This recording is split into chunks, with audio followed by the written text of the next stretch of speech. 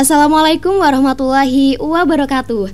Kembali lagi bersama saya Yumni Nur Amalia, tentunya pada podcast Opini, obrolan pendidikan Islam masa kini. Bagaimana kabarnya sahabat Opini semua? Semoga kita semua selalu diberikan kelancaran dalam menjalankan ibadah puasa. Amin ya robbal alamin. Oke sahabat Opini, kali ini saya akan menemani sahabat Opini dengan menyuguhkan beberapa informasi yang menarik tentunya, yaitu mengenai menggali jejak dari Abu Bakar Ash-Shiddiq. Abu Bakar bukan hanya dikenal sebagai khalifah pertama, tetapi juga sebagai sosok yang penuh keikhlasan dalam setiap langkahnya. Dari pengorbanan harta, waktu, hingga nyawa, ia selalu menempatkan Allah dan Rasul-Nya di atas segalanya. Oleh karena itu, pada episode kali ini kita akan menggali bagaimana ketulusan hati Abu Bakar menginspirasi dunia dan bagaimana kita bisa meneladani keikhlasan beliau dalam kehidupan sehari-hari. Alhamdulillah telah hadir narasumber kita yang sangat spesial dan sangat luar biasa, yaitu ada Kak Acep Ridwan Maulana. Mari kita sapa terlebih dahulu Kak Acep. Assalamualaikum Kak Acep. Waalaikumsalam warahmatullahi. Terima kasih sudah diundang. Sama-sama Kak Acep. Bagaimana Kak kabarnya hari ini? Apakah puasanya berjalan dengan lancar? Alhamdulillah puasa masih berjalan lancar, walaupun tadi pagi juga ikut terjun ke sawah, tapi ya alhamdulillah masih kuat sampai sekarang. Ke sawah? Apalagi musim? Ya kebetulan sudah saat yang untuk panen gitu. Panen. Lumayan lah ya untuk bekal buat ketupat nanti. Masya Allah ya Kak. Berbicara mengenai latar belakang kakak ya Kak. Nah saya ingin tahu nih Kak sedikit mengenai latar belakang kakak saat dulu. Nah saya dengar bahwasannya kakak itu dulu pernah mengajar di sebuah sekolah ya Kak. Boleh ceritakan sedikit Kak? Ya dulu saya setelah lulus sekolah itu pernah diundang ataupun diundang lah oleh kepala sekolah dari MA Jamanis gitu ya, untuk diminta bantuannya untuk ikut terjun sebagai tenaga kependidikan ataupun staf tata usaha. Ya berarti sejak tahun 2020 sambil kuliah saya juga sudah aktif di MA Jamanis sebagai staf TU gitu. Tapi kebetulan kemarin setelah lulus kuliah saya juga memutuskan untuk berhenti. Nah gitu. Kenapa itu Kak berhenti? Ya yang pertama saya ingin mencoba pengalaman yang lain. Itulah karena saya rasa ya sudah cukup kenyang lah mengalami lika-liku di sekolah, sehingga saya ingin mencoba hal yang baru yang belum pernah saya coba sebelumnya gitu. Nah saya dengar juga kakaknya ini ada rencana untuk pergi ke Jepang ya Kak? Betul. Saya sekarang sedang mengambil studi ataupun pendidikan untuk magang ke Jepang. Sudah dimulai sejak bulan Januari, ya berarti sudah 2 bulan sampai sekarang ya. Ya doakan saja semoga bisa lancar dan kedepannya saya bisa segera untuk terbang ke negeri Sakura. Amin, gitu. Amin ya robbal alamin ya. Nah terima kasih kakak atas cerita dan pengalaman yang kakak telah ceritakan dan bagi kepada sahabat-sahabat Opini semuanya. Untuk kali ini kita masuk ke pembahasan utama ya Kak. Yang pertama di sini tuh apa yang membuat Abu Bakar mendapat gelar Ash-Shiddiq? Bisakah ceritakan sedikit Kak? Oke, nah Abu Bakar ini kan merupakan sahabat Nabi yang bukan hanya sahabat dalam artian sebagai pendukung atau sesama umat Islam, tapi dia sejak kecil juga sudah berteman baik dengan Nabi. Karena usia antara Nabi Muhammad dengan Abu Bakar itu cuma beda 2 tahun. Jadi saja. Sudah sejak kecil itu sudah bareng gitulah, sudah main bareng. Makanya sampai besar pun mereka itu selalu bersama. Nah kemudian berjalannya waktu, Abu Bakar ini bukan hanya teman di masa kecil, tapi terus sampai akhir hayatnya itu tercatat sebagai salah satu orang yang paling setia kepada Nabi Muhammad. Bahkan yang peristiwa yang membuat beliau mendapatkan gelar Ash-Shiddiq itu kan ketika ada peristiwa Isra Mi'raj. Ya, di mana saat itu ketika Nabi sudah melaksanakan Isra Mi'raj itu kebanyakan orang itu nggak percaya karena secara logika itu nggak terkejar dengan kondisi teknologi saat itu. Nabi bisa berpindah dari Mekah ke Masjidil Aqsa, kemudian diangkat ke Sidratil Muntaha, itu hanya dalam waktu satu malam saja gitu ya, satu malam saja, tanpa ada teknologi yang memadai saat itu. Padahal kan kalau kita bicara teknologi kendaraan ya, sarana transportasi, itu baru ada kuda yang paling cepat, dan itu mustahil bisa selesai satu malam. Nah, ketika orang lain diceritakan hikayat itu, cerita itu, maka nggak pada percaya.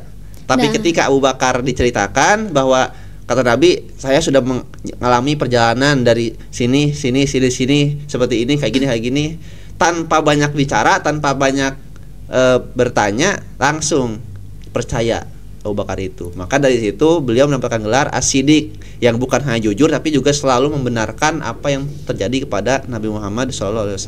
Jadi ketika adanya peristiwa Isra Mi'raj itu, yang hanya percaya itu hanya Abu Bakar As-Siddiq, ya, yang lain itu tidak seperti itu. Nah, sehingga beliau itu dijuluki sebagai As-Siddiq. Betul, bukan nggak percaya tapi lebih ke wait and see dulu yang lain itu. Tapi Nabi ketika Abu Bakar mah itu langsung gitu. Setelah itu baru mulai berangsur pada percaya yang lain juga.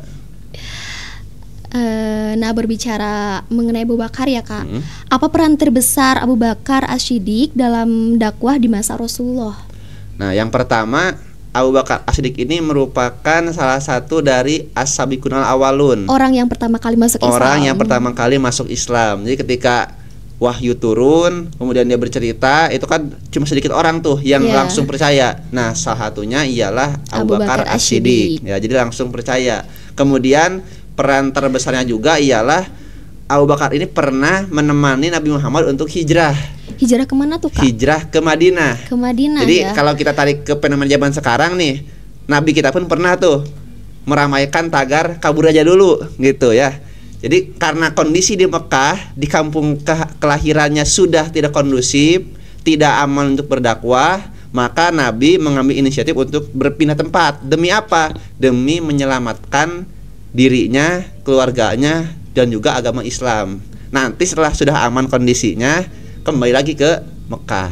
Demikian. Jadi bukan meninggalkan Mekah itu bukan karena sudah tidak cinta kepada Mekah, bukan tidak nasionalisme ya kalau kata seorang menteri gitu ya, tapi demi menyelamatkan dirinya, keluarganya, dan juga agama Islam. Demikian. Nah, saat itu Abu Bakar pernah menemani Nabi Muhammad untuk hijrah ke Madinah, yang hanya 2 orang saja saat itu, termasuk juga menemani ketika dikejar-kejar dan beristirahat di Gua Thur, yang mana itu ada cerita bahwa ketika itu dikejar-kejar oleh tentara ataupun oleh utusan dari kafir Quraisy, tapi bisa selamat karena ada skenario, yaitu ada jaring laba-laba di mulut gua. Nah, ketika itu Abu Bakar sudah tidak perhitungan lagi, dia all in ya, kalau kata orang itu dia all out untuk berjuang bersama Nabi tanpa memperhitungkan hal-hal yang penting.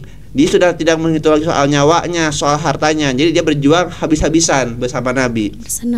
Jadi dia adalah seorang sahabat yang paling dekat juga dengan Nabi.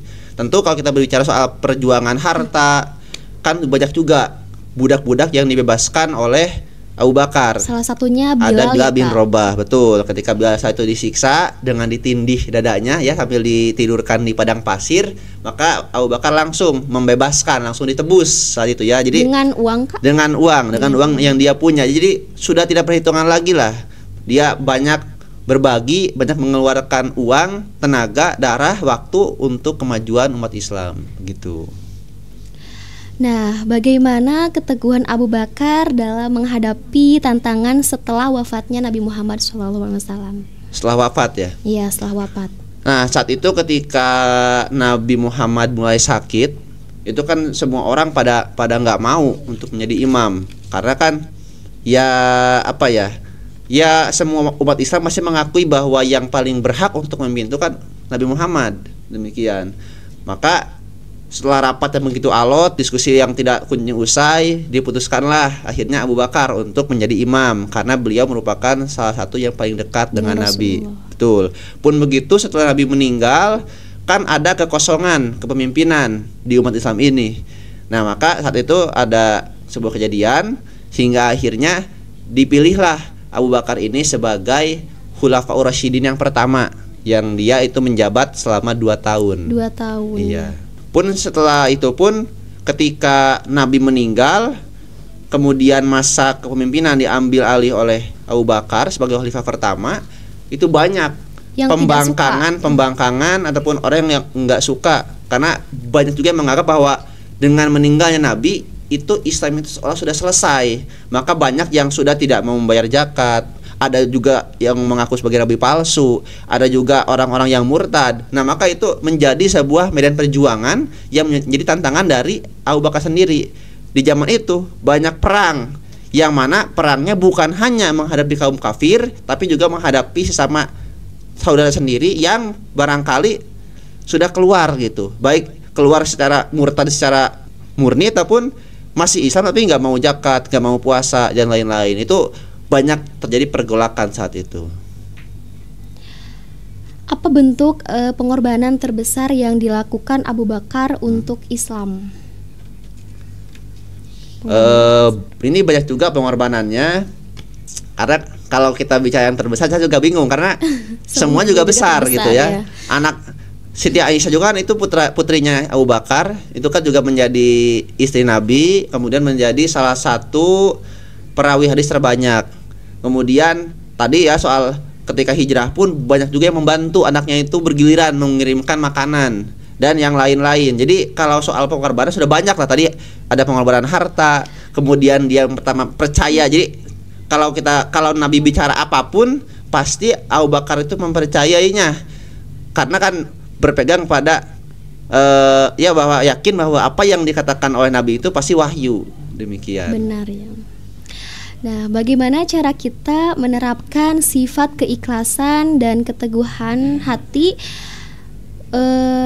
yang dilakukan oleh Abu Bakar dalam kehidupan sehari-hari? Oke, tentu kalau kita berbicara soal menjiplak ataupun mengcopy paste 100% itu pasti sulit. Sulit ya. Apalagi kan dengan tadi ya yang pertama kita ambil dari kejujuran terlebih dahulu. Kalau kita berbicara soal kejujuran di hari ini, wah itu sudah menjadi barang yang mahal gitu ya. Bukan hanya kita sebagai pelajar, sebagai mahasiswa, tapi kan orang-orang yang barangkali sudah menjadi, mohon maaf nih, yang sudah menjadi guru, menjadi ustadz pun itu kan, pejabat pun, bahkan yang ada di organisasi MUI sekalipun, ya kita ya mungkin kejujuran ini menjadi barang langka itulah, karena seringkali harganya itu sangat mahal.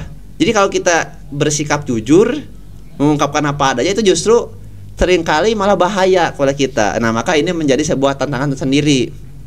Kemudian ya kalau caranya yang pertama, sebisa mungkin lah kita berusaha untuk selalu jujur. Jujur bukan hanya pada kata-kata, tapi juga ketika kita diberi amanah, ya kita bisa menunaikan dengan tepat. Kemudian kalau ada tanggung jawab, kita bisa laksanakan dengan baik sesuai dengan job desk, sesuai dengan prosedur yang ada. Kemudian soal pengorbanan. Nah, karena kan kalau kita berbicara soal Abu Bakar, hartanya beliau korbankan, waktunya, jiwanya dikorbankan. Jadi ya sebisa mungkin kita ya jangan dulu terlalu muluk-muluk lah. Kalau untuk cowok mungkin setiap Jumatan itu kan ya sambil ngisi kotak amal lah gitu, 2.000 atau 5.000 kalau sedang ada, atau kalau mungkin ada ya bisa lebih tinggi dari itu, minimal kayak gitu.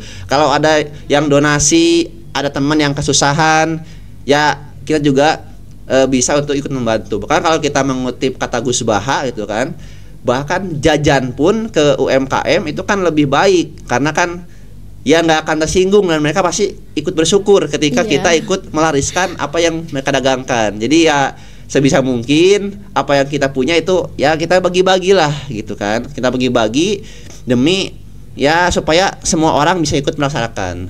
Kemudian yang terakhir mungkin soal kesabaran, ya tentu ini merupakan hal yang sulit juga, apalagi kan sekarang ya hampir sama dengan kejujuran, mungkin sabar ini juga menjadi barang yang langka. Iya, begitu yang sulit kan juga. Betul, itu kan sangat sulit ya, karena ya kita jangan bicara soal yang jauh-jauh lah, diri sendiri aja di level birokrasi misalkan kan, ya lebih banyak orang yang suka mengambil jalan pintas. Betul. Untuk sukses, mau masuk sekali. Polisi gitu kan, kita ada orang dalam mah, ada suap penyuap mah dan lain-lain. Itu hampir terjadi di semua lini gitu. Di kalau kita bicara soal Indonesia ya, jadi ya nggak mungkin, karena yang pertama krisis kejujuran, yang kedua nggak sabar juga. Jadi ya sulit lah untuk meniru. Maka kalau kita mau meniru Abu Bakar, ya kita mulai dari tadi jujur, mau berkorban, dan yang ketiga sabar. Untuk siap berproses gitu ataupun sabar. Demikian. Mungkin dicukupkan sekian pertanyaan dari saya. Terima kasih Kakak sudah berkenan hadir di podcast kami. Ya, terima kasih juga sudah diundang. Amal yang Kakak berikan tadi bisa bermanfaat bagi kita semua, amin, khususnya amin. Para sahabat opini di rumah. Amin, amin, amin. Baik, sahabat opini, mungkin itu akhir dari sesi perbincangan kita pada podcast kali ini. Terima kasih kepada narasumber yang sudah berkenan hadir dan berbagi ilmu pada kami. Jangan lupa untuk like, comment, share, and subscribe. Saya Yumni Nur Amalia pamit undur diri. Wassalamualaikum warahmatullahi wabarakatuh.